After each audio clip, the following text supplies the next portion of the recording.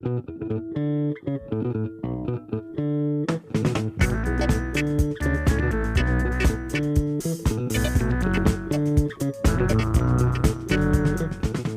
ora, I'm Alexia Russell and welcome to the Detail's Long Read. This week, a story from RNZ's climate change correspondent Eloise Gibson. How did New Zealand come to invest $29 million in a Bezos-backed methane satellite space plan that will not improve New Zealand's methane estimates? It's got some big players involved. The US giant non-profit Environmental Defence Fund, our own space agency Rocket Lab, and in the middle, a clutch of Kiwi scientists who tried to warn the government that this space mission wasn't all it's cracked up to be. Eloise is in the studio with us to read her story herself and to unpack it a little with us. Kia ora, Eloise. Kia ora, Alexia. Take us away. Do I have a deal for you?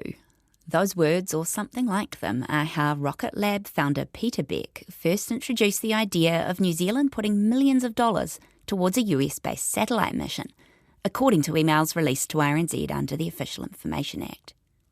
It was 2018 when US non-profit Environmental Defence Fund, or EDF, approached the New Zealand government to invest in its MethaneSAT project, which aims to detect and shut down rogue methane emissions spewing from oil and gas activities.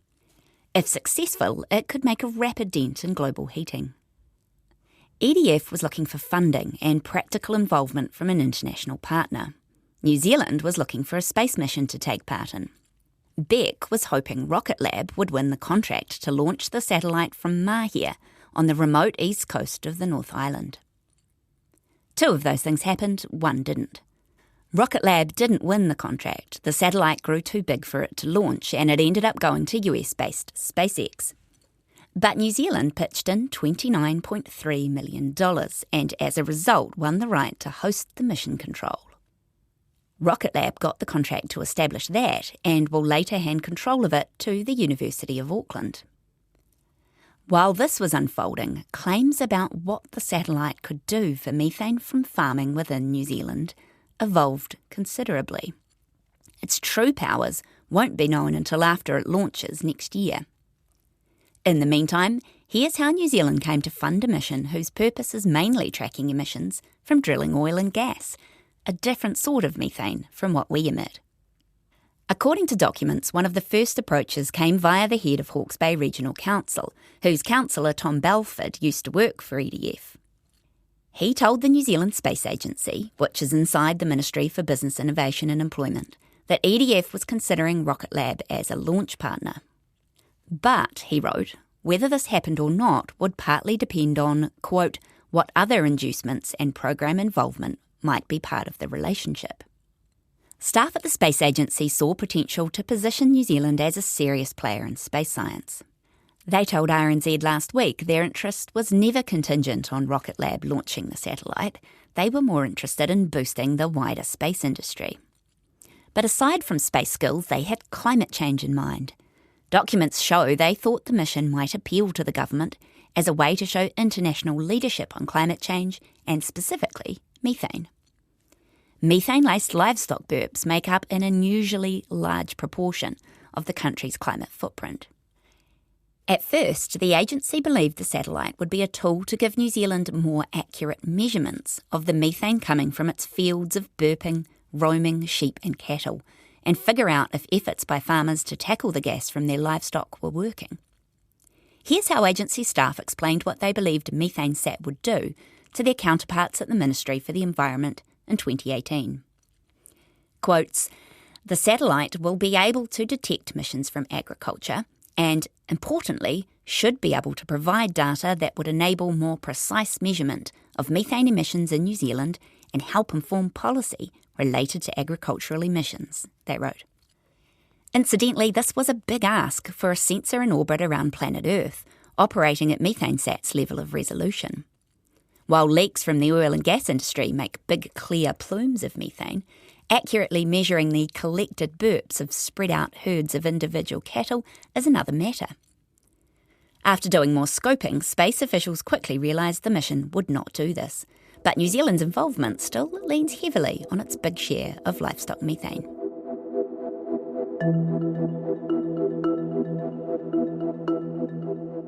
When the Space Agency asked New Zealand scientists for feedback, specialists at Niwa Manaki Whenua Landcare Research and the New Zealand Agricultural Greenhouse Gas Research Alliance each replied with variations of the same message, which was that detecting farming methane at all would be at the limits of the satellite's capabilities, and MethaneSAT would not be able to track year-on-year changes at the level required to meet New Zealand's climate target, which is cutting methane emissions by 10% by 2030. These scientists told the Space Agency the mission was hopelessly oversold for agriculture and would not add much to New Zealand's understanding of its greenhouse gas profile from farming, let alone help the government make policy decisions on climate change. However, they also said satellites might one day get to the point of being that accurate for agriculture, and it could be good for the country to get in the tent with that kind of research. The agency's focus turned to leading some of that early-stage farming-related research. Again, the agency told RNZ last week improving New Zealand's own estimates of livestock gas was never part of the investment case for the mission. Ministerial briefings back that up. Briefings to Ministers Megan Woods and David Parker say MethaneSAT would have, quote, some capability to detect agricultural methane, but they make it clear its main focus was oil and gas. The main goals advertised to ministers were building New Zealand's space industry and showing leadership on climate change, although New Zealand's cow and sheep belch issue was mentioned often in rationales. New Zealand's eventual $29.35 million commitment is mainly for the mission control, which will remain at the University of Auckland after MethaneSAT's work is completed, but includes $6 million for research aimed at teaching the satellite and researchers how to measure farming methane from space. But some of the early promises stuck around in public statements. In 2020, NIWA's Sarah Micallef-Fletcher, an expert at studying methane and carbon dioxide flows in the atmosphere, was named as lead scientist on the program to train the satellite to measure farm gas. After being announced, she said, quotes, "This project will give Aotearoa a clearer picture of our agricultural emissions, help us track the effectiveness of our emission reduction strategies, and establish us as world leaders in methane research." But what will it actually do? RNZ spoke to the Space Agency and Dr. Micallef-Fletcher about how the farming side of the mission was going and what they expect the satellite to do when it launches. The Space Agency said EDF was always upfront about the fact that, unlike oil and gas, the research supporting MethaneSAT's capabilities for measuring farming methane had not been completed. The non-profit was always keen for New Zealand to take the lead on that side of the work, the agency said. It's fair to say, they said, in the early stage of considering government investment in the satellite, there was a question about how capable the satellite was going to be, particularly in agricultural methane, which is where New Zealand's interests lie. That didn't turn out to be a strong use case after feedback, said Andrew Johnson, who works in space policy at the agency. But that didn't diminish the use case in terms of science, which is a new and developing area. That's an exciting and relevant part of the mission. It was a key motivator to be involved in that science, he said. Johnson said the mission was useful even if it never accurately measured New Zealand's gas. I'm quoting from him. He said, "As with all science programs, you're trying to discover what is possible, and it may turn out there are challenges actually when it comes to agricultural methane. It could be, it turns out, those challenges are greater than was thought when the science program was put together, but that in itself is progress," he said.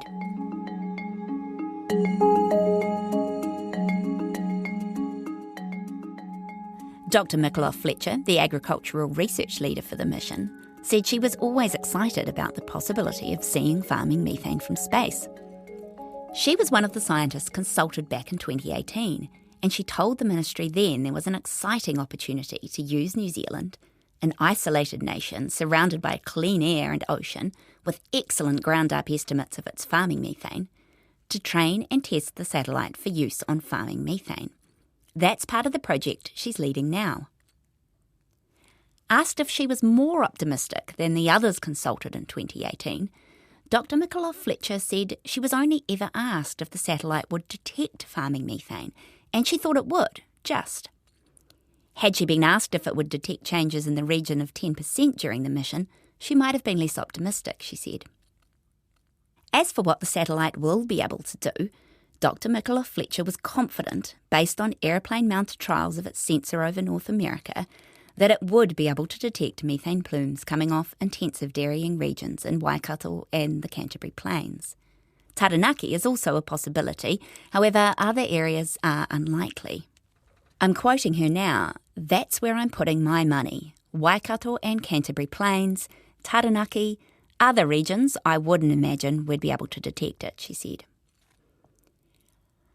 It's uncertain how well the satellite will be able to quantify these emissions and whether it will pick up changes small enough to prove the effectiveness of changes aimed at cutting greenhouse gases on the farm. After all, the mission has not even launched yet. Dr. Michaela Fletcher said it was unlikely the satellite would improve on New Zealand's ground-up estimates of farm methane, which were good already. However, it might be trained to give better information about agricultural methane in developing countries, which have poor ground-up estimates of livestock emissions, she said. What excited her was the satellite could sweep large areas, unlike the ground-based towers that are often used to pick up methane levels in the air. She and her team are collaborating with colleagues overseas on using algorithms to work out methane quantities based on plumes detected from farming areas and after factoring in wind and other factors. She had an idea of what percentage change she believed the sensor could pick up, but didn't want to share it yet until she was more certain. "I want to know whatever I say is right," she said. The ultimate goal of the research, which goes beyond this single mission, is still to get the satellite sensing to the point where it can accurately detect changes farmers might get on farm. Perhaps they buy a methane-cutting supplement or tweak their feeding regime. If farmers end up being asked to pay for gas-shrinking technology for their animals, we owe it to them to independently verify that it worked, said Dr. Michaela Fletcher. The researchers have had longer than expected to do preliminary work because MethaneSAT's launch was delayed from 2021, the expected window when ministers approved funding, to early 2024. The space agency said delays were not unusual with space missions and they had not diminished the project's value. It also said New Zealand was not committed to increase its funding. If the project suffered further delays and needed more money, putting in extra would be considered on its merits, the agency said. In the US, Jeff Bezos' Earth Fund has given EDF $100 million, equivalent to 171 million New Zealand dollars, which will be partly used to launch MethaneSAT.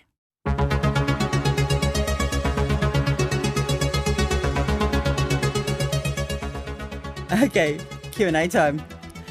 The reasoning that the funding was based on space missions, it just doesn't wash with me. Why put so much money into an industry that's doing quite well, thank you, and this money seems to be sort of heading off to the US? Couple of things there.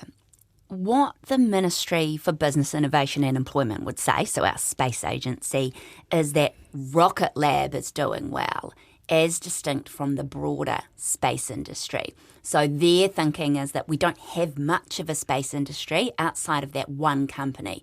One out of the blocks, launching rockets from the Mahia Peninsula, which who would have thought when I was growing up on the East Coast, but that the broader industry and that kind of depth of expertise and high-paying jobs outside of Rocket Lab isn't there. So their reasoning for being involved in this project is to build that up and to try and kind of broaden the industry beyond that one company.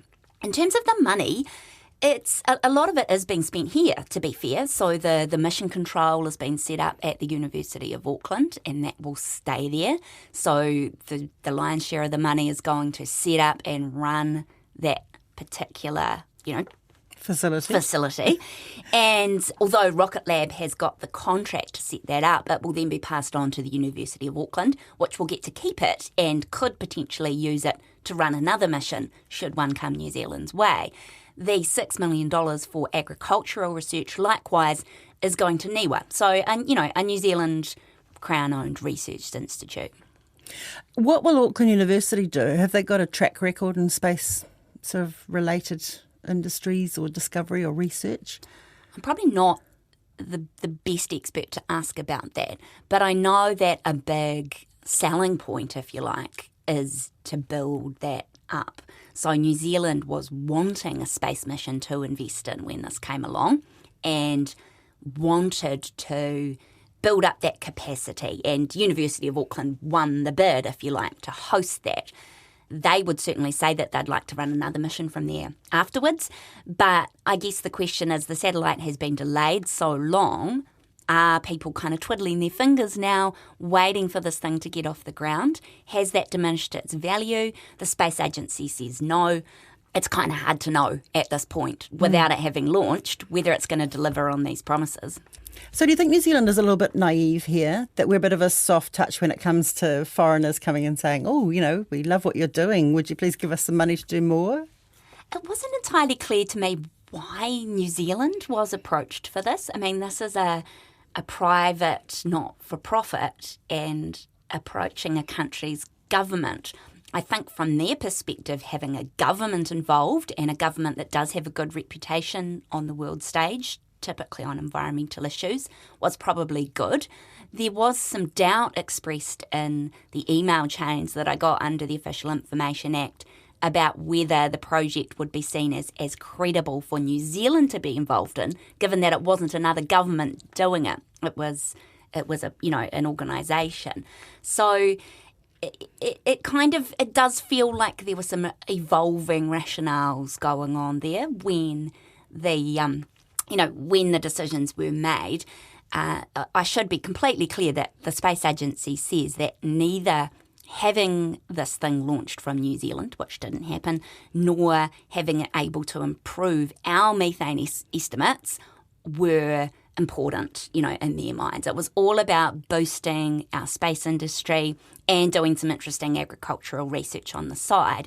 But certainly in terms of getting it over the line in New Zealand, there was a lot of discussion of our agricultural methane profile. That comes up in, press releases and briefings to the ministers and things all the time. So it certainly was used, I don't know whether it nudged it over the line, but it was certainly used as an additional factor to bolster why we should get involved. Why did they bother going to these three agencies that all said don't do it if they were going to do it anyway? Or were they kind of reaching and trying to get a yes, do it answer? Couple of things. They didn't say don't do it.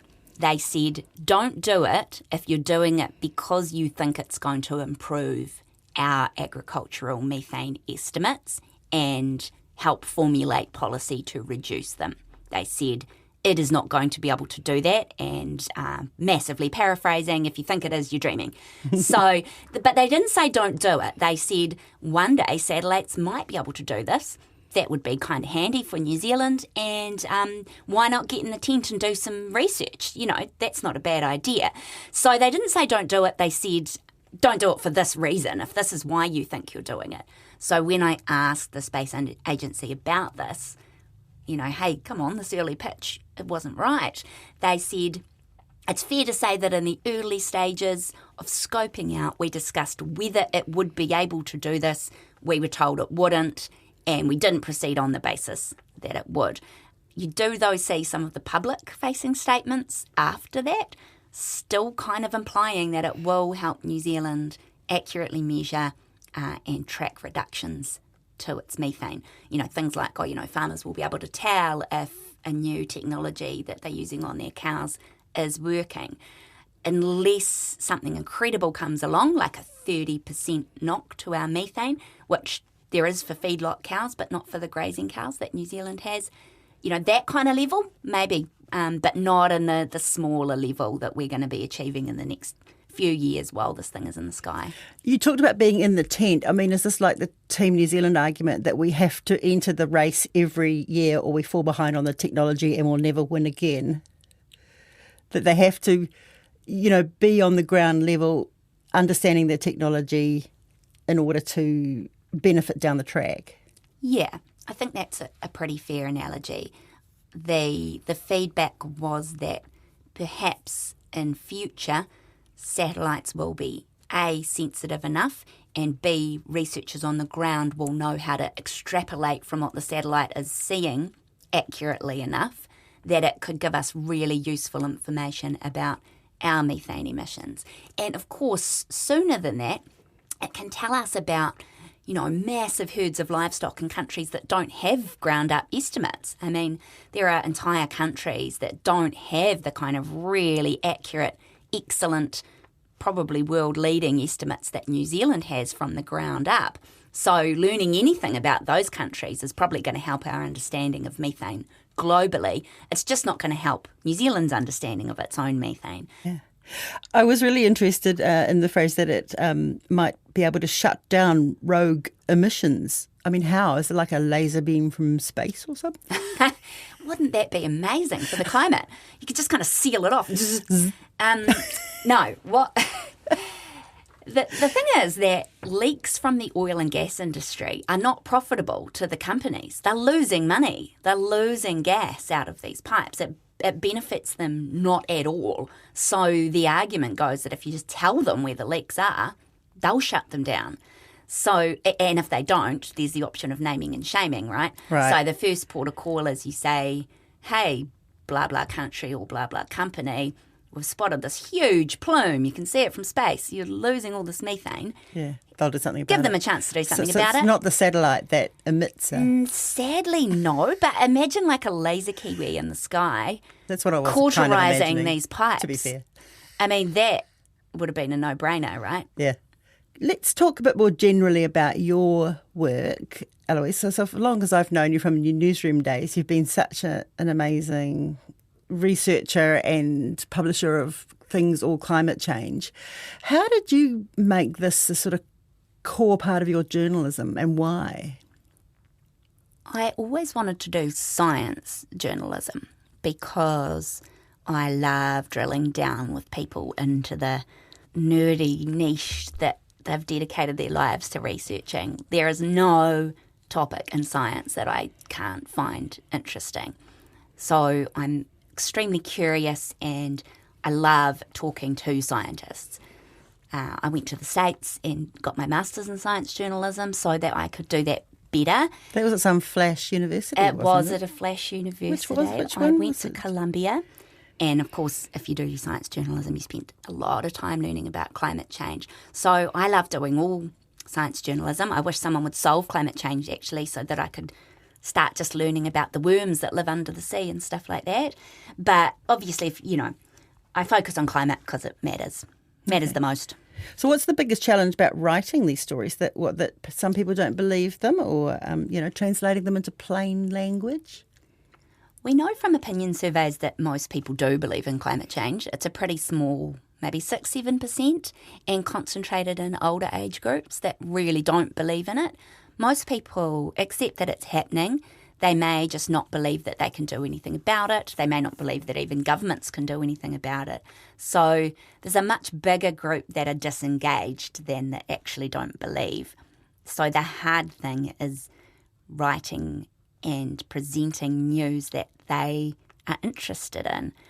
And that is really tough. I mean, the easiest way to do it, I guess, is to pursue something that you find fascinating, some little quirk or something that's shocking or important or hopeful.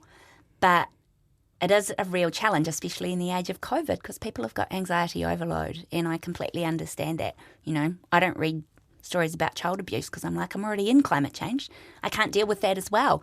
And I appreciate a lot of people feel that way about the climate crisis. So it's pretty tough. I don't know if we've actually cracked that problem yet. That was RNZ's climate change correspondent Eloise Gibson with a story on New Zealand's multi-million-dollar investment in a methane satellite, published on rnz.co.nz. The Details long read is supported by the Public Interest Journalism Fund. We'll be back next week with another long read. Ka kite anō.